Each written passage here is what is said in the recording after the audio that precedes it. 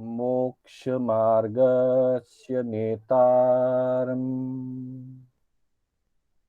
भेतारम् कर्मभूभृताम् ज्ञातारम् विश्वतत्त्वानाम् वन्दे तद्गुणलब्धये वन्दे तद्गुणलब्धये। अनंत उपकारी, आस्था के आयाम, चरम तीर्थंकर श्रमण भगवान महावीर को वंदन। प्रभु की परंपरा में विचरण करने वाले समस्त चारित्रात्माओं को वंदन। आत्मबंधुओं, सुशील माताओं एवं बहनों, श्री कर्नाटक जैन स्वाध्याय संघ बैंगलोर के तत्वावधान में आयोजित जीवन निर्माण की इस विशेष कक्षा में मैं शांतिलाल बोहरा आप सभी का हार्दिक स्वागत एवं अभिनंदन करता हूं। बंधुओं, हमारी कक्षा जीवन और हित शिक्षाएं इस विषय को लेकर के चल रही है। अर्थात जीवन को निर्मल बनाने के लिए महापुरुषों ने जो शिक्षाएं दी है, उन शिक्षाओं का पालन करने से ही जीवन निर्मल बन सकता है। उन शिक्षाओं को जीवन में साकार करने से जीवन सुखमय और शांतिमय बनता है। ये शिक्षाएं विभिन्न आगमों से और विभिन्न ग्रंथों से, धर्म ग्रंथों से, नीति ग्रंथों से संकलित की गई है। अनुभवियों के द्वारा इसको अनुभव किया गया है और अनुभव में उतारने के बाद अनुभव के साथ जो उपलब्धियां महापुरुषों के अपने जीवन में हुई, उसी अपेक्षाओं को ध्यान में रख करके उन महापुरुषों ने सामान्य जन के लिए, सामान्य जन के जीवन के हित के लिए इन शिक्षाओं का उपदेश दिया। इन शिक्षाओं से जन सामान्य को परिचित करवाया। इन शिक्षाओं में इतना तो निश्चित कहा गया है कि जो भी इन शिक्षाओं का पालन करता है, जो भी इन शिक्षाओं को अपने जीवन में अंगीकार करता है, स्वीकार करता है, उसका व्यावहारिक जीवन सुखमय हो जाता है। उसका शांतिमय जीवन स्वयं के लिए, संघ, समाज और परिवार के लिए, सबके लिए एक आदर्श उदाहरण बनता है। व्यावहारिक जीवन के साथ साथ उसका धार्मिक जीवन भी शांतिमय बनता है और उसका आध्यात्मिक जीवन आनंदमय बनता है। अर्थात सुख, शांति और आनंद, इन तीनों की प्राप्ति, पुनः ध्यान दीजिएगा, सुख, शांति और आनंद, इन तीनों की उपलब्धि, इन तीनों की प्राप्ति इन शिक्षाओं के माध्यम से होती है। और इसीलिए कहा कि नाकारो निरसो वचन, नटियां उपजे दुख, पण 84 जगह पर नटियां उपजे सुख। मनुज जन्म को पाय के टाले इतरा दोष, इन भाव में शोभा लहे बन्यो रहे संतोष। अर्थात जो इन निषेधात्मक दोषों को टालता है, इन दोषों का जो अपने जीवन में सेवन नहीं करता है, वो इस भाव में वल्लभ बनता है, प्रिय बन जाता है। आज अगर देखा जाए तो दुनिया के अंदर ये एक सबसे बड़ी समस्या है और ज्यादातर लोगों के साथ ये समस्या है कि कोई उसे पसंद नहीं करते हैं। मतलब वह व्यक्ति ऐसा अनुभव करता है, ज्यादातर लोग ऐसा अनुभव करते हैं कि मुझे कोई चाहता नहीं है, मुझे कोई पसंद नहीं करता है, मेरी कोई देखभाल नहीं करता है, मेरी कोई सुनता नहीं है। ये एक बहुत बड़ी समस्या है दुनिया की, और इस बहुत बड़ी समस्या का हल एक ही है, मनुज जन्म को पाए के टाले इतरा दोष। क्यों नहीं पसंद करता है हमें कोई, क्यों नहीं हमें कोई चाहता है, क्यों हम दूसरों के, घर वालों के, अड़ोस पड़ोस वालों के, समाज के प्रिय नहीं बन सके, क्यों नहीं बन सके? उसका कारण एक ही है, हमको लगता है कि वे लोग ठीक नहीं हैं, वे लोग हमें समझते नहीं हैं, ऐसा हमें लगता है। पर वास्तविकता वो नहीं, वास्तविकता उससे बिल्कुल हट करके, वास्तविकता यह है कि हम स्वयं दोषों में जी रहे हैं। हमारे जीवन में बहुत सारी गलतियां हैं, हमारे जीवन में बहुत सारी कमियां हैं। उन कमियों के कारण लोग हमें पसंद नहीं करते। और सबसे बड़ी बात, हमें अपनी कमियां नजर नहीं आती। हमें यही लगता है कि लोग हमारे साथ ठीक नहीं कर रहे हैं, परिवार के सदस्य मेरे साथ ठीक नहीं कर रहे हैं, मैं तो गलत नहीं हूं, मेरी तो कोई गलती नहीं है, हमको ऐसा लगता है। और ज्ञानियों ने कहा है कि जो व्यक्ति ऐसा सोच लेता है कि मैं तो ठीक हूं, मैं तो सही हूं, ये बहुत महत्वपूर्ण बात है। जो व्यक्ति अपने अंदर में ऐसी सोच बना लेता है, ऐसा निर्णय कर लेता है अपने आप के लिए, ऐसा फैसला कर लेता है कि मैं तो ठीक हूं, मेरी कोई गलती नहीं है, मैंने कोई बुरा नहीं किया है, ऐसा निर्णय अपने आप के लिए कर लेना अपने आप के लिए बहुत बड़ा अहित है ये। क्योंकि ऐसा निर्णय कर लेने के बाद व्यक्ति के सुधरने की, उसके विकास की,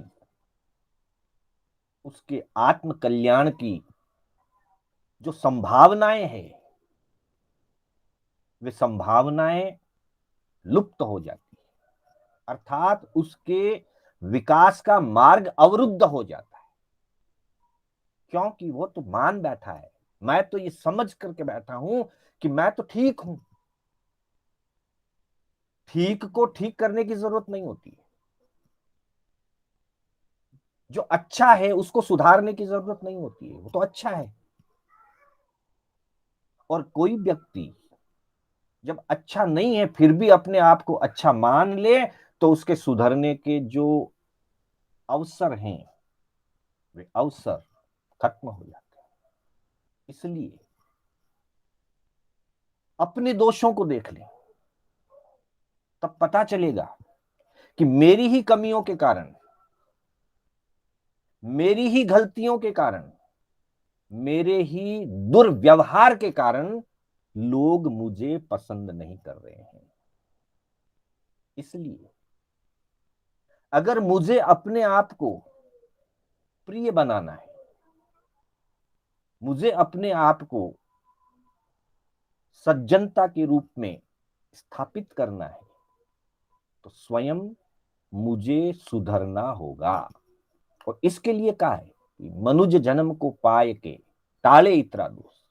जो इन दोषों को टालता है, अर्थात दोष मुक्त जीवन जीने का प्रयास करता है, शिक्षाओं को जीवन में धारण करता है, इन भाव में शोभा लहे, उस व्यक्ति की इस भाव में शोभा होती है, अर्थात वो प्रिय बन जाता है, बहुत बड़ी समस्या खत्म हो जाती है।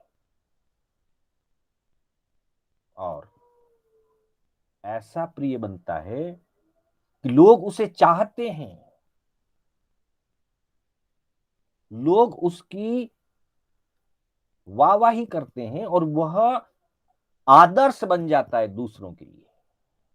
उसकी प्रभावना से दूसरे लोगों में भी सद्गुण आने शुरू होते हैं। और जीवन में संतोष बना रहता है। संतोष सबसे बड़ा सुख है। हम सुख की चाहना करते हैं पर सुख की परिभाषा नहीं समझते।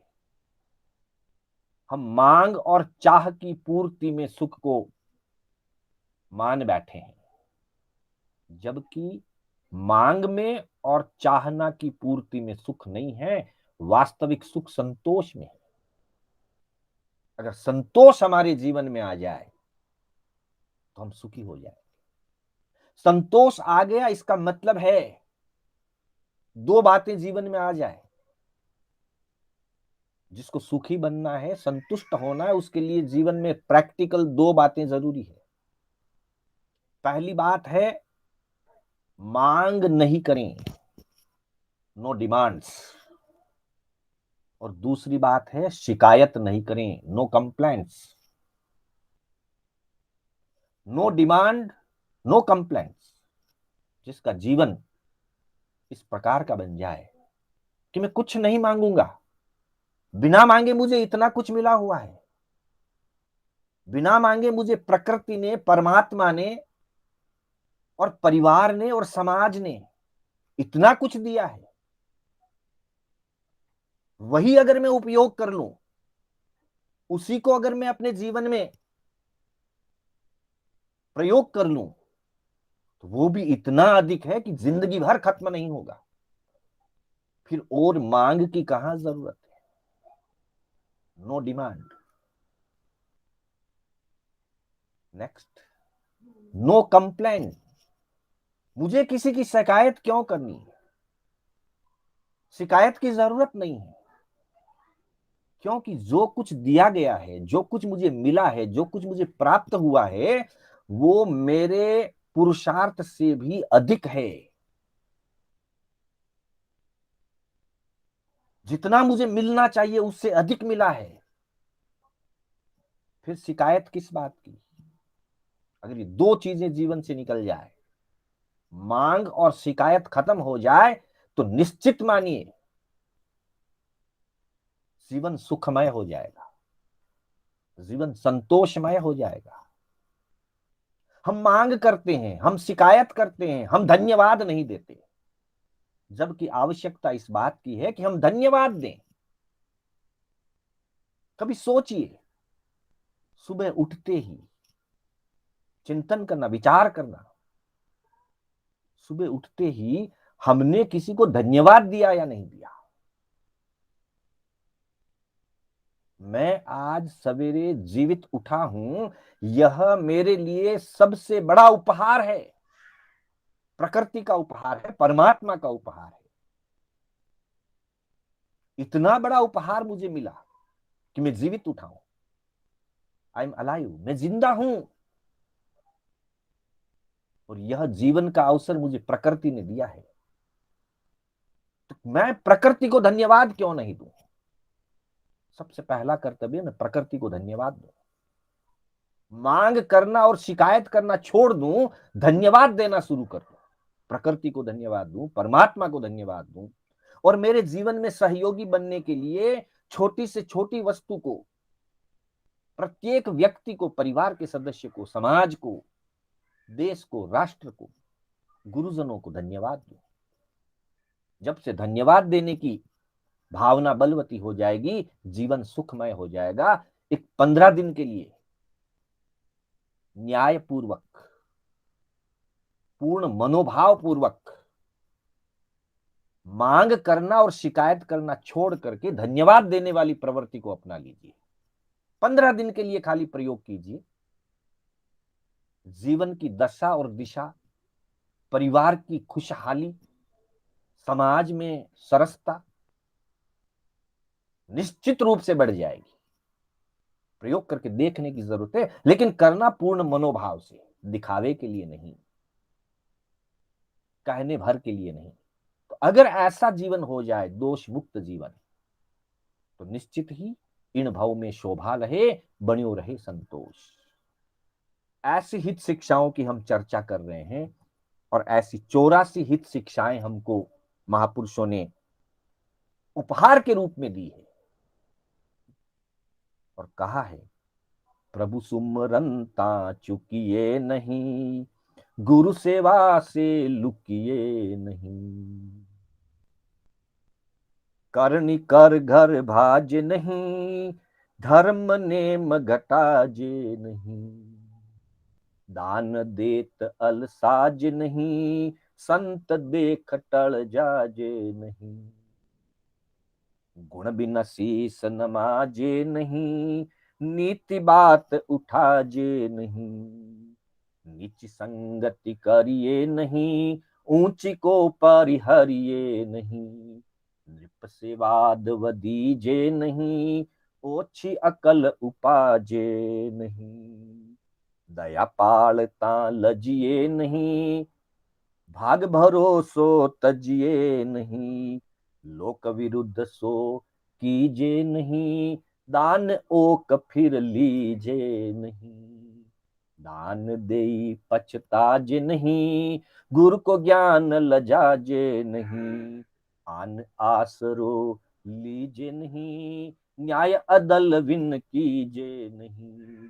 परमार्थ से मुड़जे नहीं, उजड़ मार्ग खड़जे नहीं। मन को मान्यो कीजे नहीं, दगा किसी को दीजे नहीं। सामी सांझ थी सोजे नहीं, सोग भया से रोजे नहीं। रण में पूठ दिखाजे नहीं, हाथा कुबर घटाजे नहीं। अणछाणियो जल पीजे नहीं, कुजस किसी को लीजे नहीं। झूठी कथनी कीजे नहीं, जानत विष को पीजे नहीं। पर की निंदा कीजे नहीं, अरिस गाफल रीजे नहीं। हिंसा विणज कमाजे नहीं, राज खुंखारू जाजे नहीं। काछ लपट्टी होजे नहीं, संपत में ऋण रखजे नहीं। पर नारी चित दीजे नहीं, कपटी मित्र कीजे नहीं। धन जौवन में छकजे नहीं, नाहक निकमो बकजे नहीं। साच कहता डरिए नहीं, बुरी पराई करिए नहीं। चोरी जारी कीजे नहीं, पूठ धनी ने दीजे नहीं।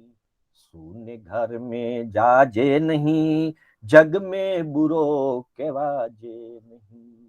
सूने घर में जाजे नहीं, जग में बुरो केवाजे नहीं।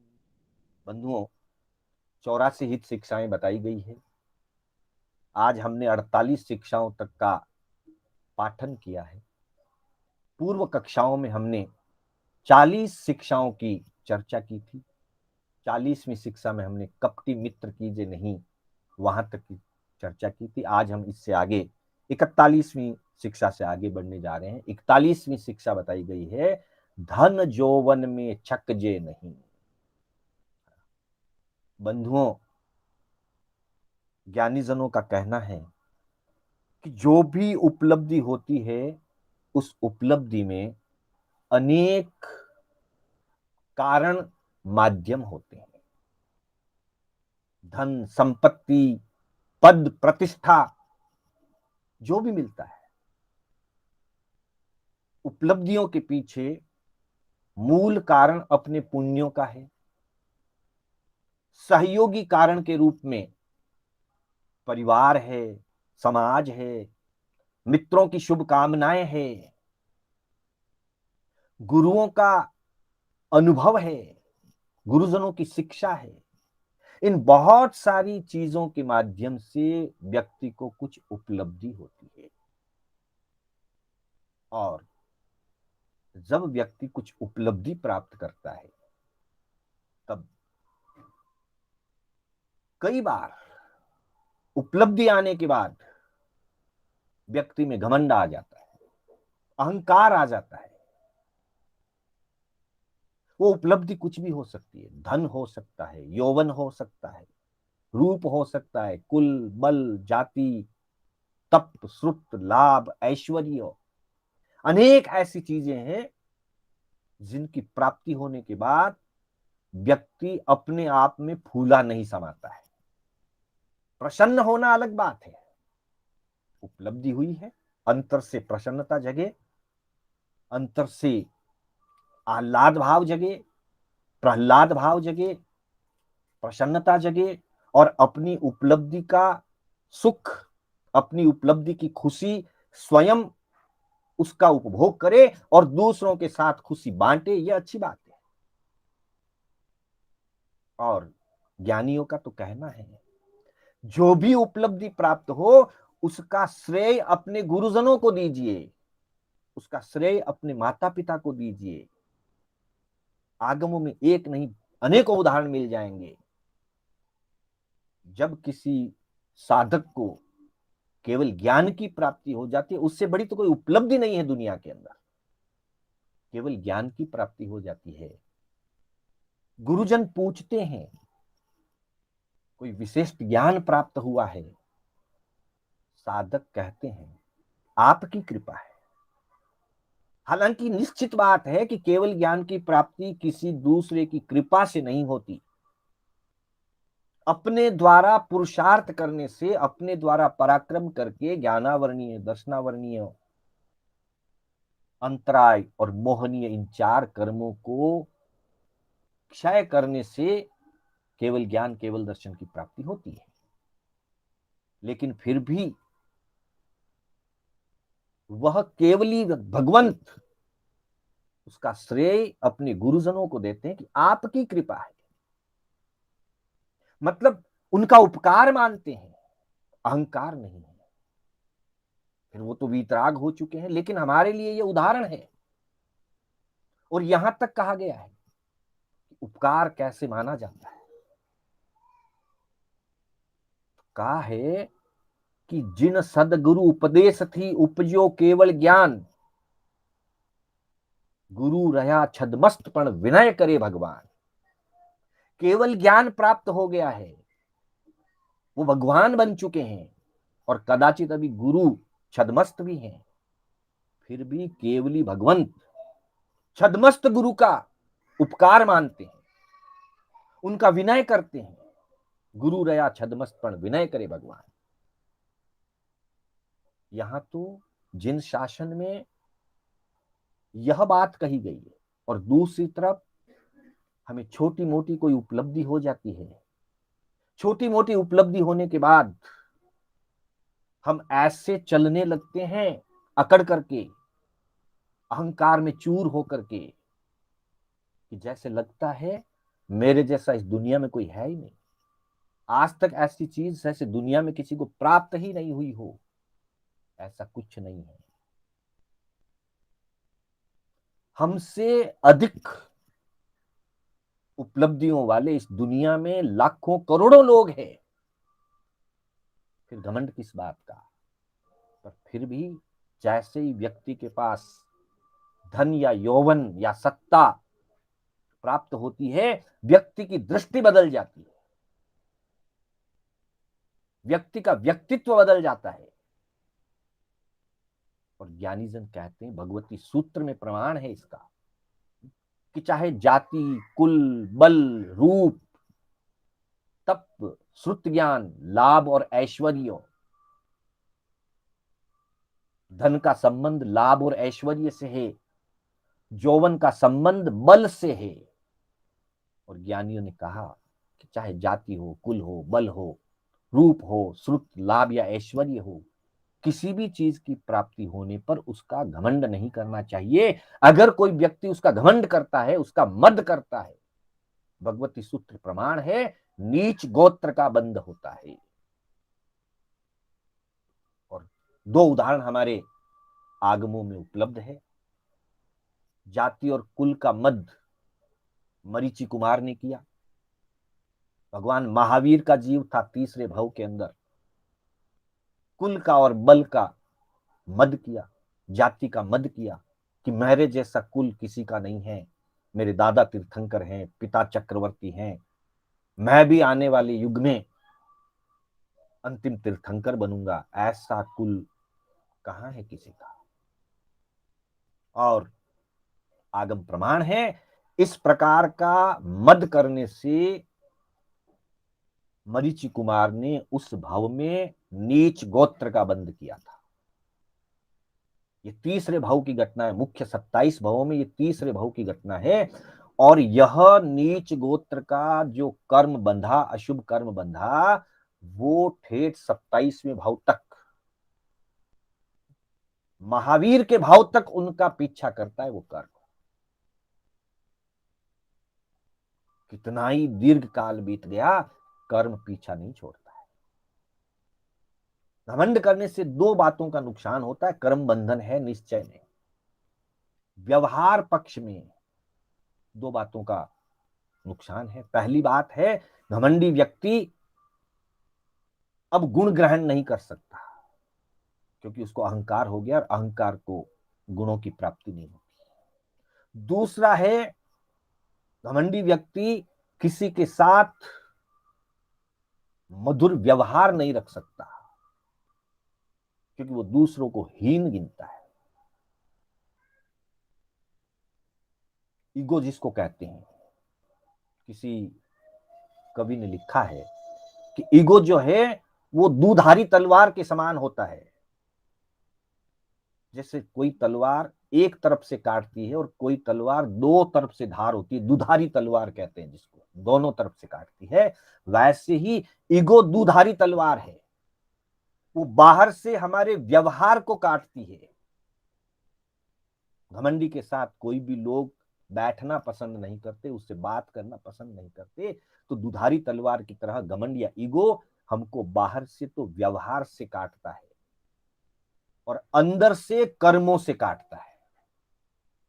मतलब हमारे गुणों को काटता है, अंदर से आत्म गुणों को काटता है और बाहर से हमारे व्यवहार को काट देता है।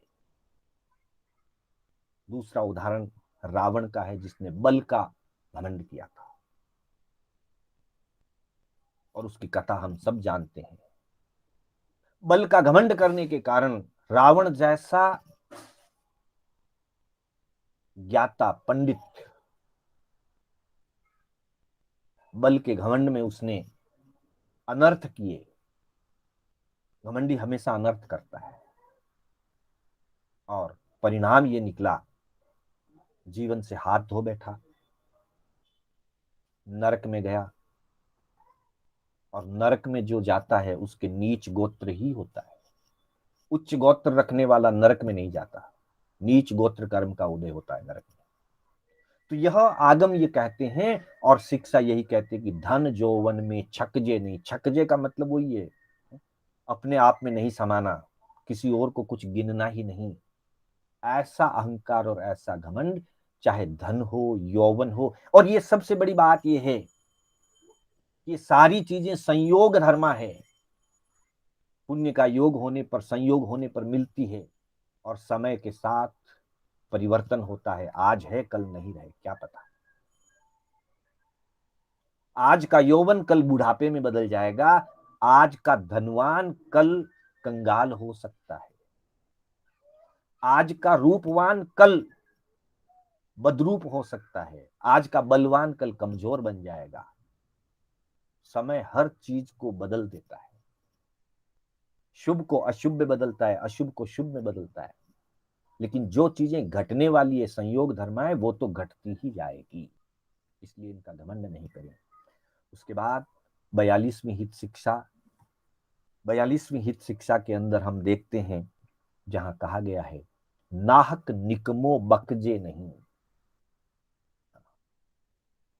भाषा बहुत महत्वपूर्ण है, वाणी बहुत महत्वपूर्ण है, और जीवन के व्यवहार के लिए वाणी एक सशक्त माध्यम है। वाणी के बिना व्यवहार नहीं चलता, लेकिन वाणी में विवेक होना बहुत जरूरी है। क्या बोलना और कब चुप रहना, यह समझदारी है। अगर कोई व्यक्ति बिना कारण के, बिना उपयोग के, बिना किसी प्रयोजन के सिर्फ बकता रहता है, बोलता रहता है, उसका प्रभाव खत्म हो जाता है। कम बोलने वाला व्यक्ति अवसर के अनुरूप उचित बात कहने वाला व्यक्ति प्रभावक होता है, और बिना कारण व्यर्थ में बोलने वाला व्यक्ति, व्यर्थ की वार्तालाप करने वाला व्यक्ति प्रभावक नहीं होता। दुनिया समझ जाती है, इसकी तो आदत है, बोलता रहेगा, कोई बात नहीं। मतलब हम अपनी वैल्यू, हम अपनी उपयोगिता स्वयं बना सकते हैं और स्वयं नष्ट कर सकते हैं। जो कम बोलता है, अवसर के अनुरूप बोलता है, सटीक वचन बोलता है, उसकी उपयोगिता बढ़ती है, उसका प्रभाव बढ़ता है, और उसके कर्म कटते हैं, अशुभ कर्मों का उसका नाश होता है। और जो बिना कारण बोलता ही रहता है, बोलता ही रहता है, उसकी प्रभावकता खत्म हो जाती है,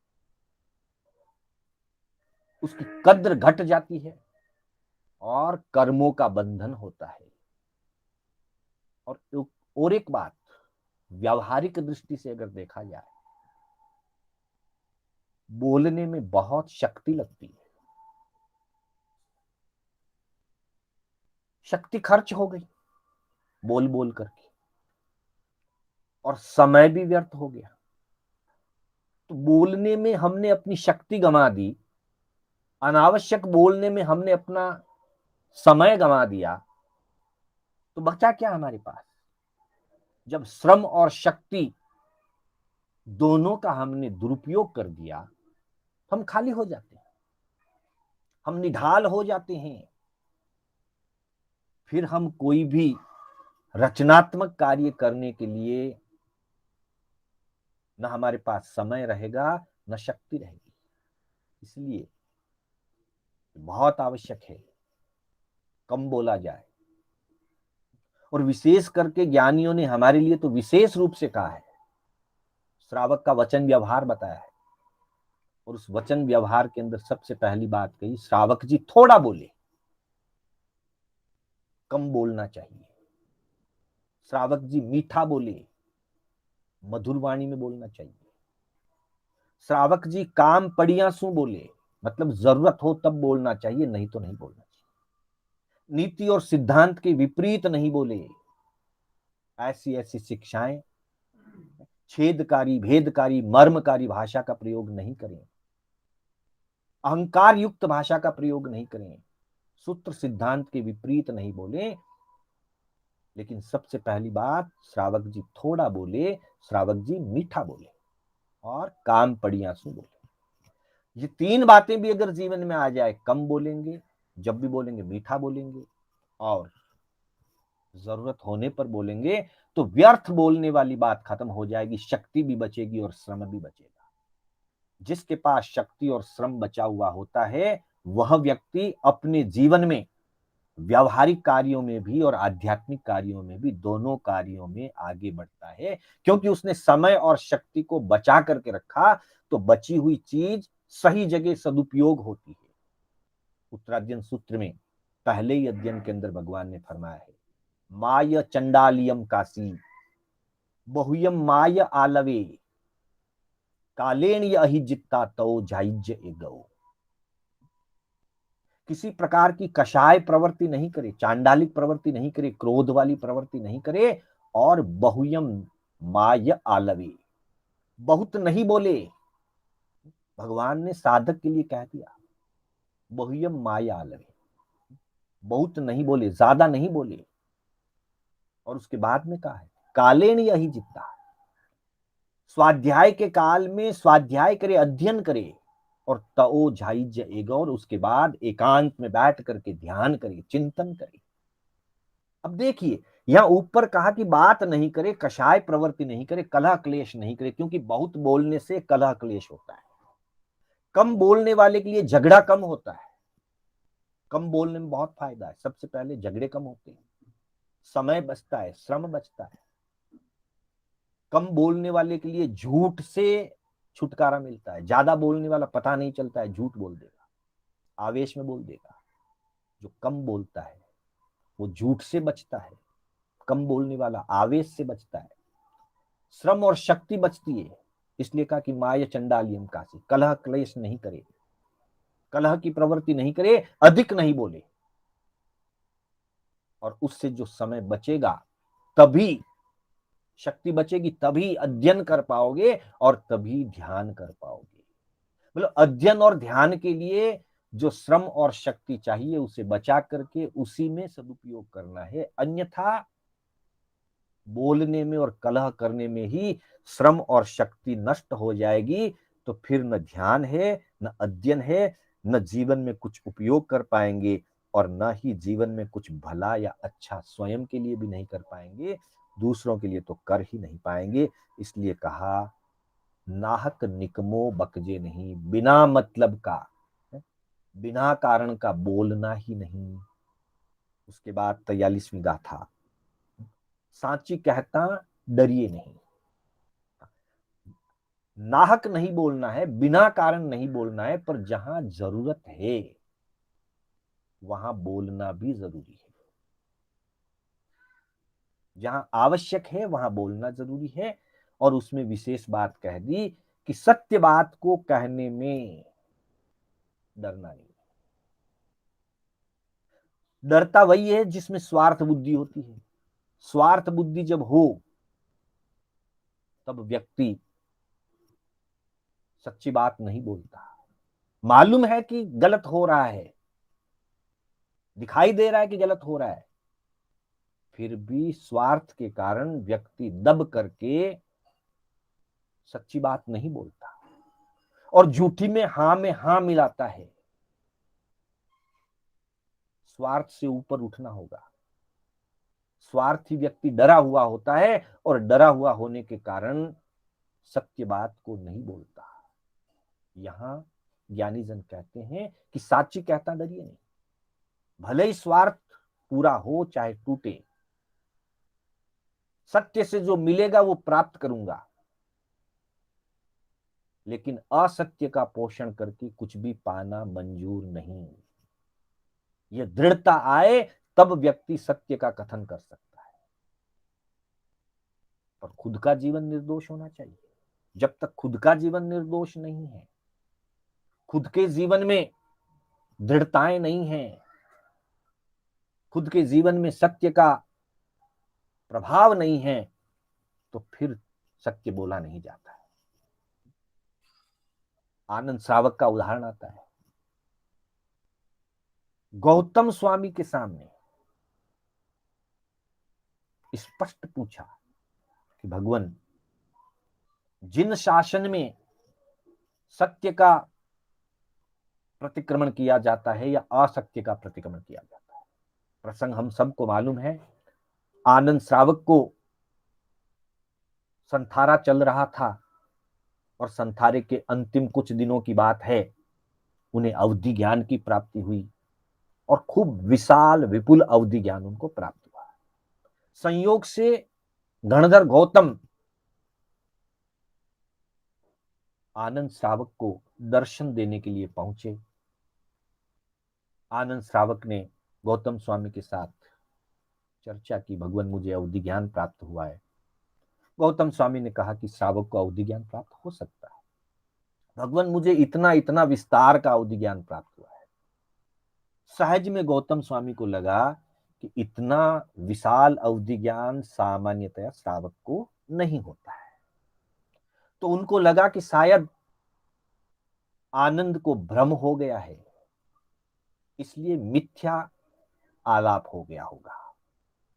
गौतम स्वामी ने आनंद से कहा, आनंद श्रवणोपासक, आप जो कह रहे हैं ये बात संभव नहीं लगती, लगता है आपको असत्य कथन हुआ है, आप इसका प्रायश्चित कीजिए, मिच्छामि दुक्कडम करिए। अब देखिए, सत्य बात कहते हुए गणधर गौतम जो भगवान महावीर के 50,000 संत साध्वियों में सबसे अग्रणी थे, 14,000 संत, 36,000 साध्वी जी, उनमें सबसे अग्रणी प्रथम गणधर, 14 पूर्वधर, 4 ज्ञान के धारक। फिर भी आनंद श्रावक ने बहुत ही स्पष्टता के साथ, निडरता के साथ कहा कि भगवान, अगर असत्य का प्रायश्चित होता है तो प्रायश्चित आपको आएगा, क्योंकि मैंने तो सत्य कथन किया है।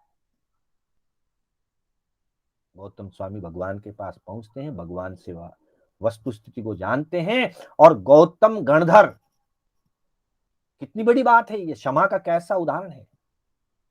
क्षमा मांगने के लिए स्वयं गौतम गणधर प्रभु के पास पूछ करके आनंद श्रावक के घर पे क्षमा याचना करने के लिए जाते हैं। किस लिए हुआ? आनंद का श्रावक खुद का निर्मल था, निर्दोष था जीवन उनका, और सत्य बात को उन्होंने बड़े ही निडरता के साथ, हाँ विनय विवेक जरूरी है, सत्य बोलने का ये मतलब नहीं है कि हम अगले पर हावी हो जाएं, अगले का अपमान कर दें, ऐसा नहीं हो सकता। विनय और विवेक पूर्वक, लेकिन सत्य बात कहने में डरने की जरूरत नहीं है। स्वार्थ के कारण से घबरा करके, डर करके असत्य का साथ देना और सत्य बात न कहना, ये बहुत बड़ा अपराध है, इससे बचना है। गए आनंद श्रावक घर, तक्षण क्षमा खमाने को। जो 14 पूर्वी होकर भी वे गौतम याद आते हैं। आज हम क्यों याद कर रहे हैं गौतम स्वामी को, आनंद को? क्योंकि ऐसा निर्मल जीवन था। और हमारे स्तवन में कहा गया कि जो करना सो अच्छा करना, फिर दुनिया में किससे डरना। हे प्रभु मेरा मन हो सुंदर, वाणी सुंदर, जीवन सुंदर। हम जो करें अच्छा करें, सच्चा करें, अच्छाई के साथ जिए, सच्चाई के साथ जिए, फिर दुनिया में किसी से डरने की जरूरत नहीं। क्योंकि डरा हुआ व्यक्ति सत्य का पक्षधर नहीं हो सकता, सत्य बात भी नहीं बोल सकता डरा हुआ व्यक्ति। इसलिए कहा कि हे प्रभु मेरा, प्रभु से बस इतना ही मांगा हमने कि मेरा मन अच्छा बना रहे, वाणी सुंदर, मेरी भाषा अच्छी बनी रहे, जो बोलूं सत्य बोलूं, समय पर बोलूं, सटीक बोलूं, अनावश्यक नहीं बोलूं। ऐसा अगर हो जाए तो जीवन सुंदर, जीवन बहुत ही सुंदर और साताकारी बन सकता है। और आगम में कहा है, आहच चंडालियम कट्टू ना निन्न विज्य कयाई, कड़म कड़ित्ति भाषिजा, आ कड़म नो कड़ित्ति। राजन सूत्र के अंदर, विनय सूत्र में प्रभु ने फरमाया कि पहले तो ध्यान रखें कि हमसे अनावश्यक बात ना हो, झूठ कथन नहीं करें, कोई प्रकार का कलह कषाय नहीं करें, इसकी सावधानी रखें। फिर भी कदाचित ऐसा हो जाए कि हमने अनावश्यक कथन कर दिया हो, कलह कषाय कर दिया हो, तो फिर ना निन्न विज्य कयाई, फिर उसको छिपाए नहीं। गलती करना एक गलती है और गलती को छिपाना दूसरी गलती है।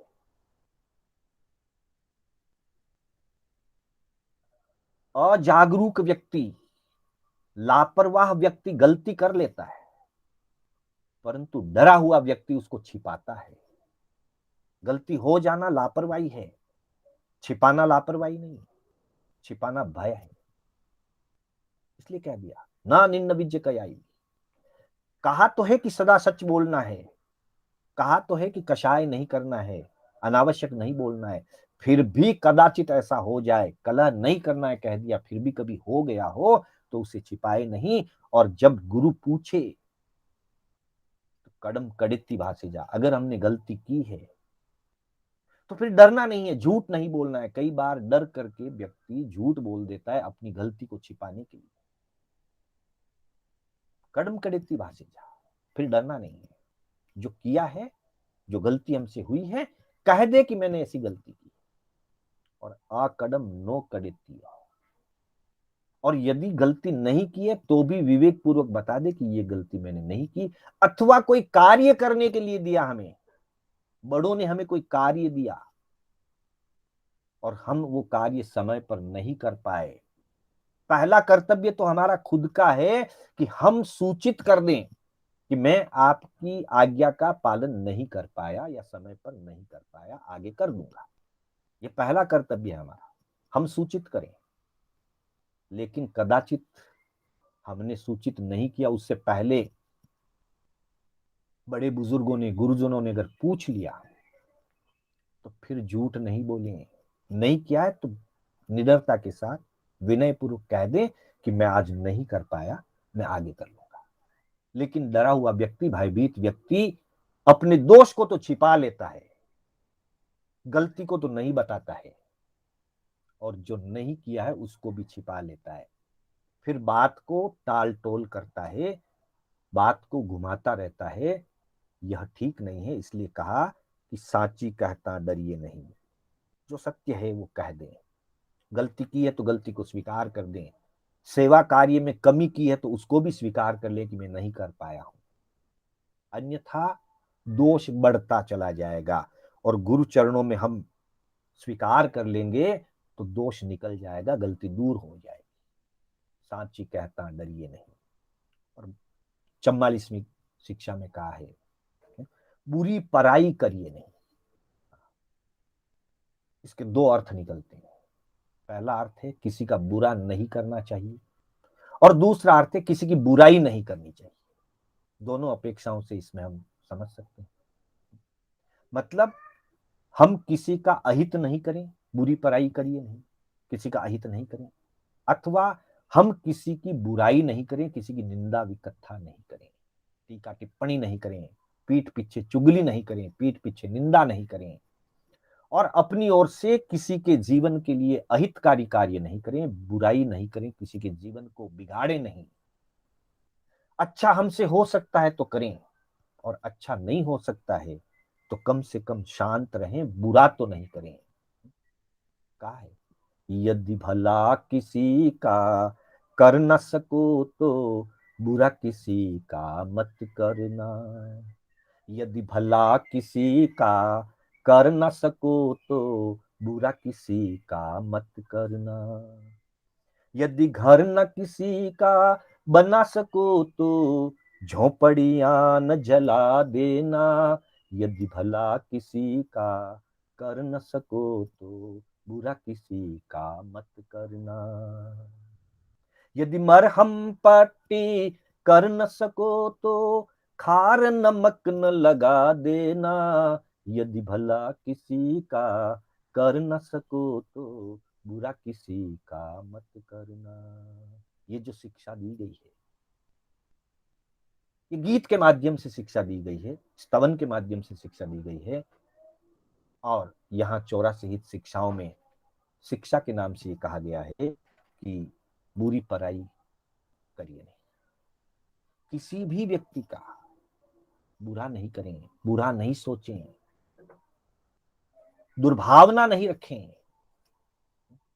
बुरा करने का मतलब है पहले मन में बुरा चिंतन आता है, फिर वाणी बुरी हो जाती है, फिर प्रवृत्ति गलत हो जाती है। अगर बुरा चिंतन भी आता है तो उसको भगवान ने रौद्र ध्यान कहा है। किसी के प्रति अहित सोचना, किसी के प्रति बुरा सोचना, किसी की बुराई के बारे में सोचना, किसी का अहित हो ऐसा सोचना भी रौद्र ध्यान है। करना तो बाद की बात, सोचना भी रौद्र ध्यान है। इसलिए कभी भी ऐसा नहीं सोचें, कभी भी ऐसा नहीं करें, किसी की भी बुरी सोचे नहीं, किसी का बुरा करें नहीं, और किसी की बुराई भी नहीं करें, निंदा नहीं करें। अगर हम इन शिक्षाओं का अपने जीवन में पालन करते हैं तो निश्चित ही हमारा जीवन जो है सुखमय और शांतिमय बनता है। इसलिए कहा, इण चल घत चाले सुघड़, भलो कहे सब कोई, निश्चय इह पर लोक में पल्लो न पकड़े कोई। इस प्रकार से जो ज्ञानियों ने हित शिक्षा की बातें कही है, उन शिक्षाओं के अनुसार जो सुघड़, जो प्रज्ञावान, जो समझदार व्यक्ति इन शिक्षाओं के अनुसार अपने जीवन में चलता है, कोई भी उसको खराब नहीं कहेंगे, सब उसको भला कहेंगे, अच्छा कहेंगे, भलो कहे सबको। और निश्चित रूप से यह परलोक में उसका यह लोक और परलोक, वर्तमान जीवन और आगामी जीवन दोनों ही सुधर जाएंगे। कोई उसका पल्ला पकड़ने वाला नहीं है, अर्थात कोई उसको रोकने वाला नहीं होगा। कोई उसको आगे बढ़ने से, जीवन निर्माण करने से, जीवन विकास करने से, आत्म उत्थान करने से कोई भी उसको रोक नहीं सकता। अगर हमें आत्म उत्थान करना है, जीवन